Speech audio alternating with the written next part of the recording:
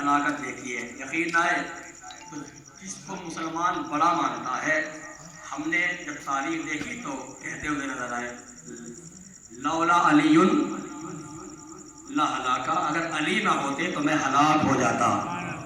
تو دنیا جس کو امام مان رہی ہے، توجہ، جس کو دنیا امام مان رہی ہے، ہم نے ان کا کیریکٹر، ان کا کردار بھی دیکھا تو انہوں نے خود فرمایا کہ لولا سنتان لہلاکا نعمان، اگر امام صادق کے 2 سال نہ ہوتے تو نعمان یعنی ابو حنیفہ، ان کا نام تو نعمان، کیا کہتے ہیں لولا سنتان، یہ اہل سنت، میں اپنی طرف سے نہیں کہہ رہا، اہل سنت اور اہل تشیع دونوں کی کتاب میں یہ جملے موجود ہیں، کیا کہتے ہیں لولا سنتان لہلاکا نعمان، اگر امام صادق کے زمانے کے 2 سال میری زندگی میں نہ ہوتے تو میں ہلاک ہو جاتا۔ آپ نے توجہ نہیں فرمائی، کیا کہا؟ اگر امام صادق کی زندگی کے، میری زندگی کے امام صادق کے 2 سال نہ ہوتے تو میں ہلاک ہو جاتا۔ پتہ چلا کہ اگر 2 سال ان سے متمسک ہو جائے تو امام بن جاتے ہیں۔ جب فرمان ہے امام نے پوچھ لیا، کیونکہ انہوں نے اپنی امامت کا اعلان کر لیا تھا، اور جب امامت کا اعلان کیا تو انہوں نے قیاس سے کام بھی لیا۔ امام نے ایک دن بلا لیا، نعمان تم نے ہماری شاگردی حاصل کی ہے۔ آپ نے توجہ نہیں فرمائی، جب انسان بالکل نچلے طبقے پہ جاتا ہے، امام کا جو شاگرد ہے، توجہ، امام کا جو شاگرد ہوتا ہے، سب سے چھوٹا شاگرد جو امام کا ہو وہ لوگوں کا امام بن جاتا ہے۔ توجہ رکھیے گا، جو سب سے چھوٹا شاگرد ہو وہ امام بن جاتا ہے۔ جب چھوٹوں کا یہ عالم ہے تو بڑوں کا کیا عالم ہوگا؟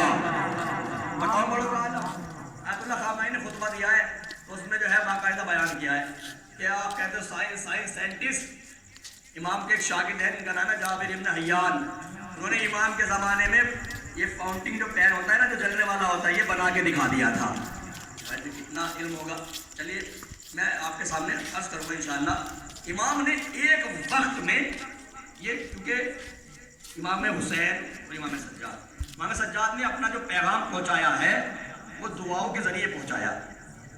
جتنا وقت اسلام کو پہنچانے میں امام صادق کا لگا ہے نا، جتنا ملا ہے ان کو، اتنا کسی امام کو جو ہے آسانی نہیں ہو سکی۔ کیوں؟ کیونکہ بنی امیہ اور بنی عباس میں جنگ تھی تو امام نے اپنا پیغام پہنچا دیا۔ کیا پیغام پہنچا؟ امام نے یونیورسٹی قائم کر دی اور 5000 طالب علم ایک ساتھ امام سے علم حاصل کرتے تھے۔ توجہ فرما رہے ہیں؟ اور یہ نہیں کہ 100 جو ہے میتھ پڑھ رہے ہو، 100 انگلش پڑھ رہے ہو اور 100 گرامر پڑھ رہے ہو، ایسا نہیں۔ 5000 طالب علم تھے، ہر طالب علم کا موضوع الگ تھا۔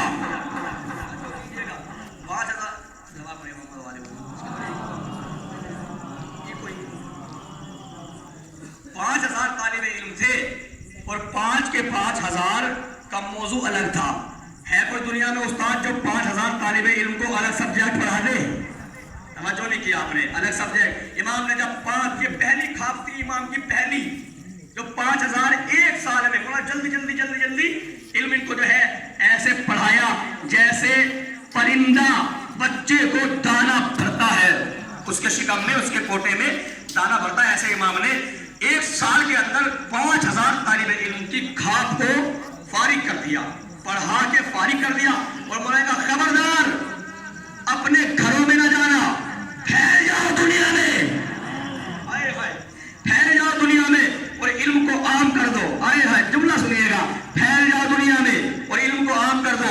5000 طالب علم دنیا میں پھیل گئے، کوئی چین گیا، کوئی یمن گیا، کوئی مصر گیا، یہ پوری دنیا میں امام کے شاگرد پھیل گئے۔ اور نئی نئی بات جب شاگرد، مولا کے شاگرد لوگوں کے سامنے نیا نیا علم اور نئی نئی بات بیان کرتے تھے تو لوگ حیرت سے پوچھتے تھے، یہ بات تمہیں کیسے معلوم ہوئی؟ یہ بات تمہیں کیسے معلوم ہوئی؟ یہ علم کہاں سے آیا؟ بس سب ایک ہی کہتے ہیں کہ جملہ کہہ رہے تھے، قال الصادق، قال الصادق، قال الصادق۔ ایک سچے نے کہا، ایک سچے نے کہا، ایک سچے نے کہا، اتنا صادق مشہور ہو گئے کہ امام کی فقہ ہی فقہ امام جعفر صادق مشہور ہو گئی۔ ایک سلامات پڑھیے گا عظمت اہل بیت پر۔ چلیے بتاؤں گا ہم تک دین آسانی سے پہنچا ہے، میرا موضوع صحیح ہے؟ یہ سلامات پڑھیے گا محمد و آل محمد پر۔